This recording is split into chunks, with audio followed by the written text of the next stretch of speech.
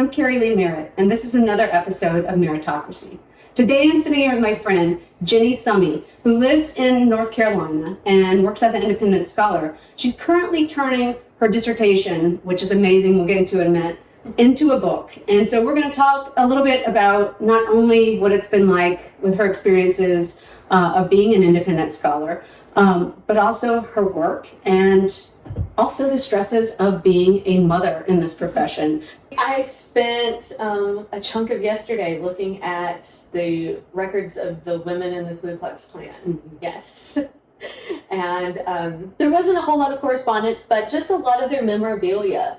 And it reads very much like, or the rhetoric is very similar to what you hear white nationalists say today. Mm-hmm. As far as, they're not outright saying white supremacy, mm-hmm. but they are talking about America for the Americans. Right. And I believe that's one of their headlines, America for the Americans.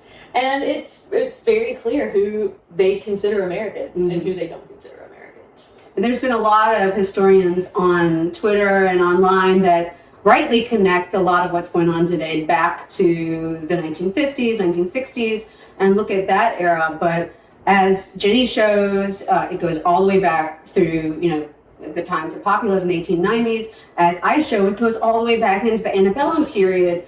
And, we've really got to start looking at how these movements that come in and bust up these biracial coalitions, what tactics do they use? Because mm-hmm. as anybody who studies it knows, they're using the exact same playbook that's been used every single time in American history. Every time there's a biracial coalition, every time there's a possibility of one, these upper class elite people and the Klan, you found that these women at least are almost all upper class. A lot of them are, particularly UDC women, as Karen Cox writes about in her book, are largely upper class women. Mm-hmm. As I said right before we started, we're not talking about redneck racism. Yeah. We're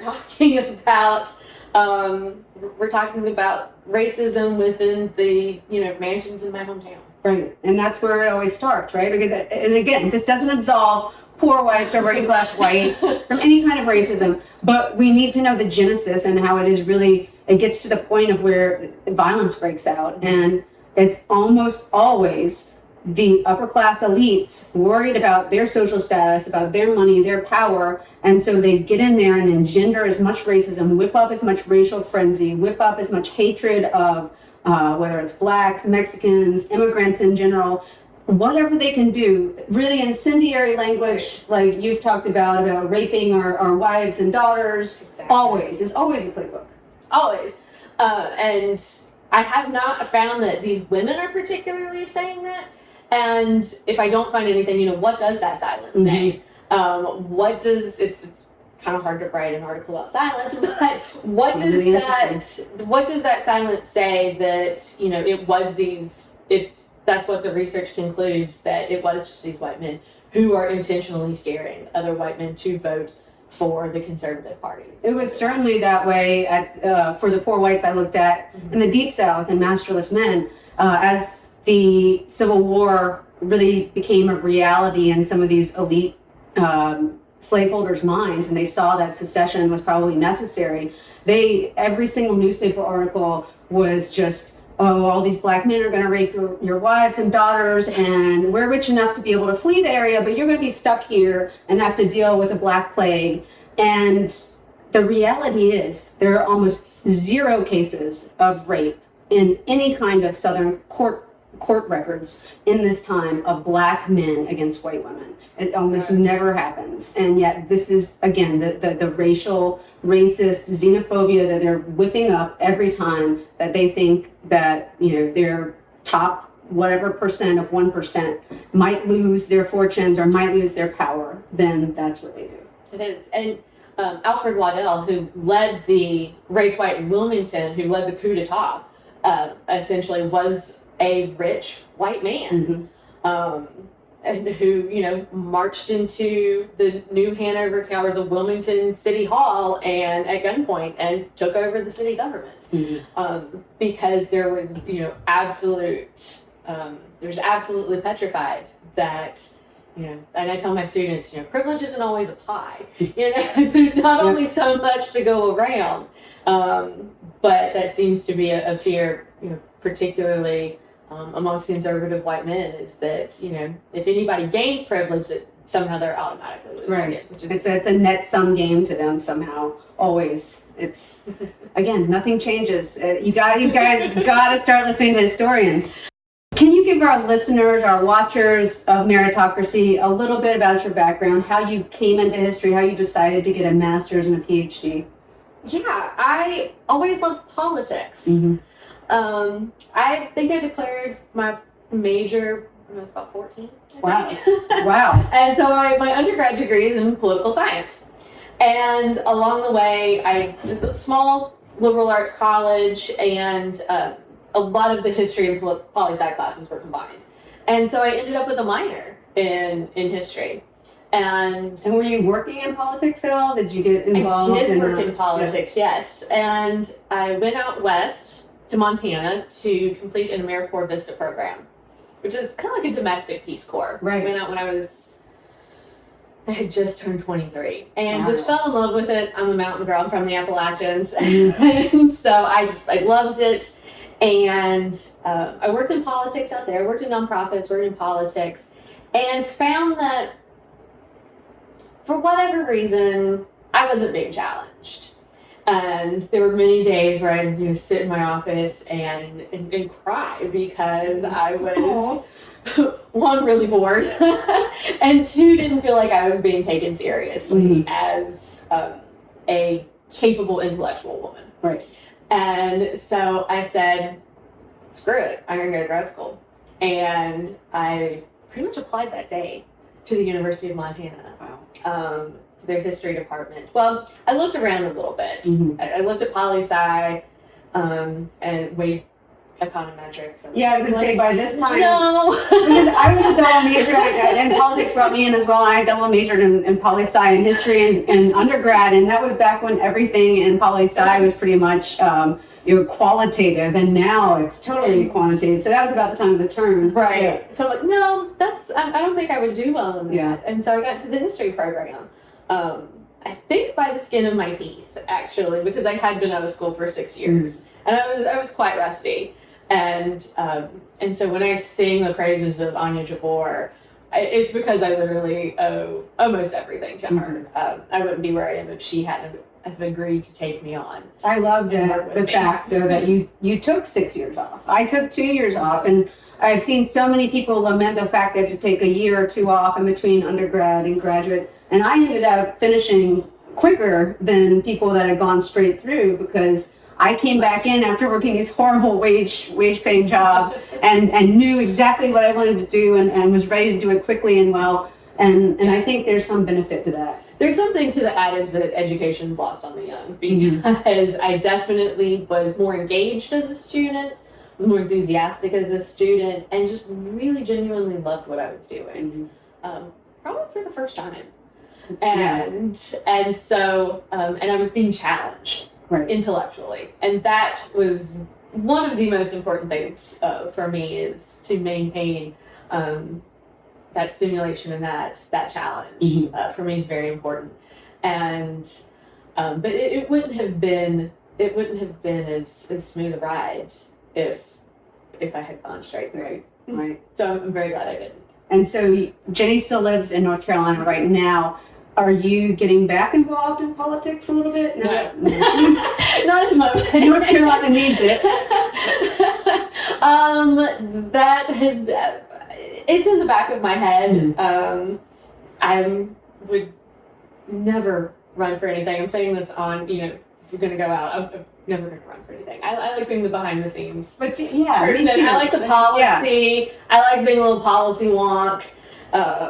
Those type of things. And I had, it's back there. I had lunch with Carol Anderson, who was like my everything, and I was like starstruck to even be having lunch with her. But living in Georgia, I'm like, would you ever run for anything? Kind of pushing her a little bit. She's, no, I don't want to run for anything. I want to tell people how to run. I want to tell people what to do.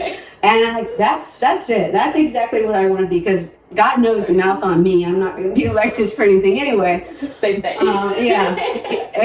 Although what the men are saying now, I think it might only be a matter of time until women are allowed to say about the same kind of things.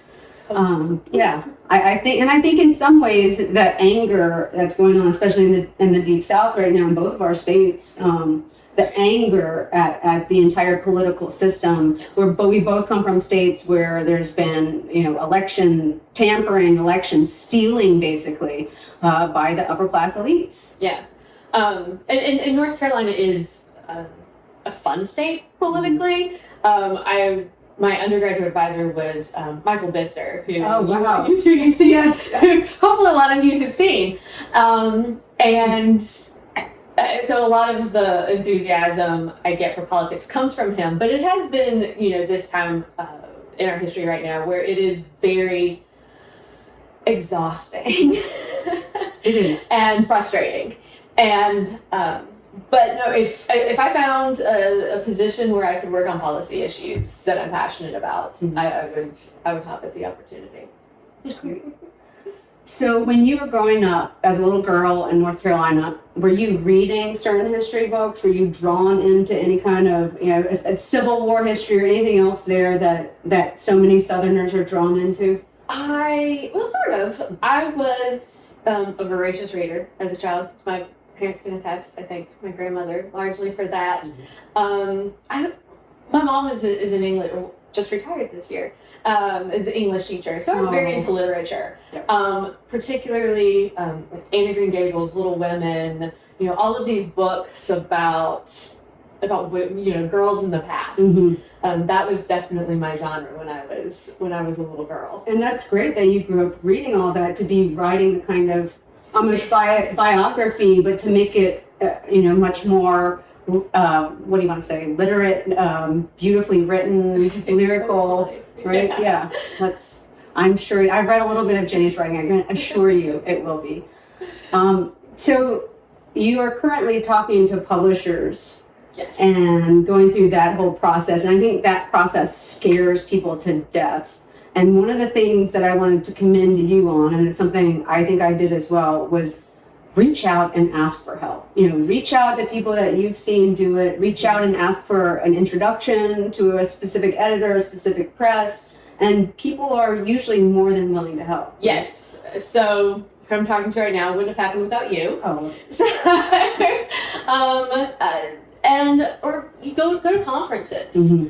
I went to a conference that I wasn't presenting at because I wanted the experience. I had never been to that particular conference, and I knew that there was a